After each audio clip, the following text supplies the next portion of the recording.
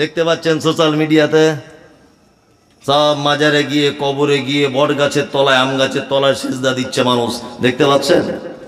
কি আশ্চর্য ব্যাপার। আবার বলছে আমাদের পীর সাহেব জীবিত অবস্থায় যা পাওয়ার ছিল মরার পরে পাওয়ার আরো বেড়েছে। আশ্চর্য ব্যাপার। বলছে পীর সাহেব জ্যান্ত অবস্থাতে যে পাওয়ার ছিল ওর মরার পরে আরো পাওয়ার বেড়েছে। তাজ্জব ব্যাপার। শিরক দুই ভাগে বিভক্ত, এক হচ্ছে শিরক আকবার আর এক হচ্ছে শিরক আসগার। একটা হচ্ছে বড় শিরক, একটা হচ্ছে ছোট শিরক। বড় শিরক আল্লাহকে বাদ দিয়ে অন্য কাউকে তার সমকক্ষ মনে করে সেই কাজ করা, এটা হচ্ছে আকবার। আল্লাহকে বাদ দিয়ে অন্য কোন জায়গায় মাথা নত করা, কাউ কবরে সেজদা দেওয়া, গাছতলাতে সেজদা দেওয়া, এর নাম কি? বড় শিরক। ছোট শিরক আছে অনেক কোয়ালিটি, তার ভিতরে আমাদের হাতে বাড়ির মেয়েরা বিশেষ করে এগুলো করে, যে হাতে দেখবেন তাবিজ, লাল সুতো, কালো সুতো পরে ঘুরছে, ঘুরছে না? সব শিরক, সব শিরক। এই কথা আমি বলি মাঝে সাঝে, খুব বলি। আজকে আবার প্রসঙ্গক্রমে চলে এলো বলে আজকে আবার আপনাদেরকে বলছি। ইমাম সাহেব ওর বেতন 4,500, 8 বছর ইমামতি করছে, 8 বছর বেতন কম বলে ভিতরে ভিতরে একটু তাবিজ টাবিজ দেয়, হালকা পাতলা দেয়, গোপনে গোপনে দেয়। একটা দোকানদার তাবিজ আনতে গেছে ওর কাছে, বলছে ভাই দোকানটা করেছি আজ 4.5-5 মাস হয়ে গেল, বেচা কেনা কাস্টমার খুব বেশি নাই, যদি একটু কিছু করে দিতেন তাহলে ভালো হতো। তো বলছে দেশি মুরগা জবাই করে রক্তটা বোতলে করে আনবা, আর এক কাজ করবে, যে ঘাটে মানুষ গোসল করে না ওই ঘাটের পানি লাগবে, গঙ্গার জল লাগবে 1 বোতল, আর আমি একটা তাবিজ করে দিব, দিয়ে আপনি এক কাজ করবেন, গঙ্গার জল অন্য পানির সঙ্গে মিক্স করে দোকানে সকালবেলাতে ছড়াবেন।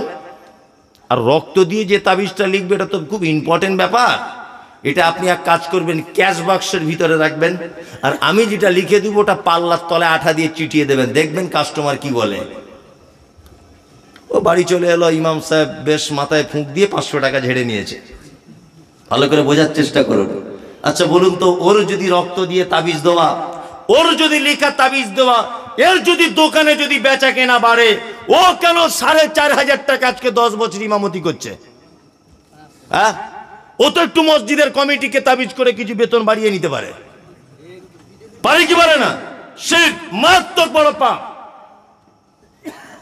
বাস কিনেছে, বলেছি এটা সোশ্যাল মিডিয়াতে, বাস কিনেছে একটা লোক 15 লাখ টাকা দিয়ে, 15 লাখ টাকা বাস কিনে ওই যে পীর সাহেবরা বসে আছে বড় ফতোয়া পাঞ্জাবি পরে, জীবনে নামাজ কালাম কিছু করে না। আমি তো দেখে এসেছি দরগাতে 24 ঘন্টা এরকম করে খয়নি বলছে, 24 ঘন্টা এরকম নাম করছে। আল্লাহ, এক ওয়াক্ত নামাজ নাই, কিছু নাই। গেছে ওখানে গিয়ে বলছে 15 লাখ টাকার বাস কিনেছি, কিছু ব্যবস্থা করুন।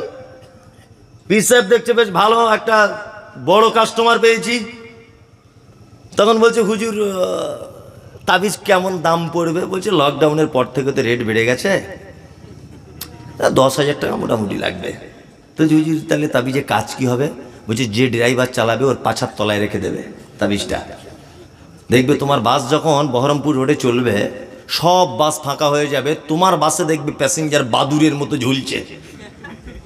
লোকটা তখন ভাবছে যদি সব প্যাসেঞ্জার খালি হয়ে যায় অন্য বাসে, আর আমার বাসে যদি ভিড়ভাট্টা করে তাহলে 2 দিনে টাকা উঠে যাবে, 10,000 টাকার মাল নিয়ে চলে এসেছে। এই হারামখোর, হারামখোর, তোমার 10,000 টাকার তাবিজ যদি সব বাস খালি হয়ে এর বাসে যদি প্যাসেঞ্জার চলে আসে, তুমি ব্যাংকের ম্যানেজারকে একটু তাবিজ করে সব টাকা তোমার বাড়িতে আনো, তুমি কেন ফতুয়া পরে তাবিজ লিখছ?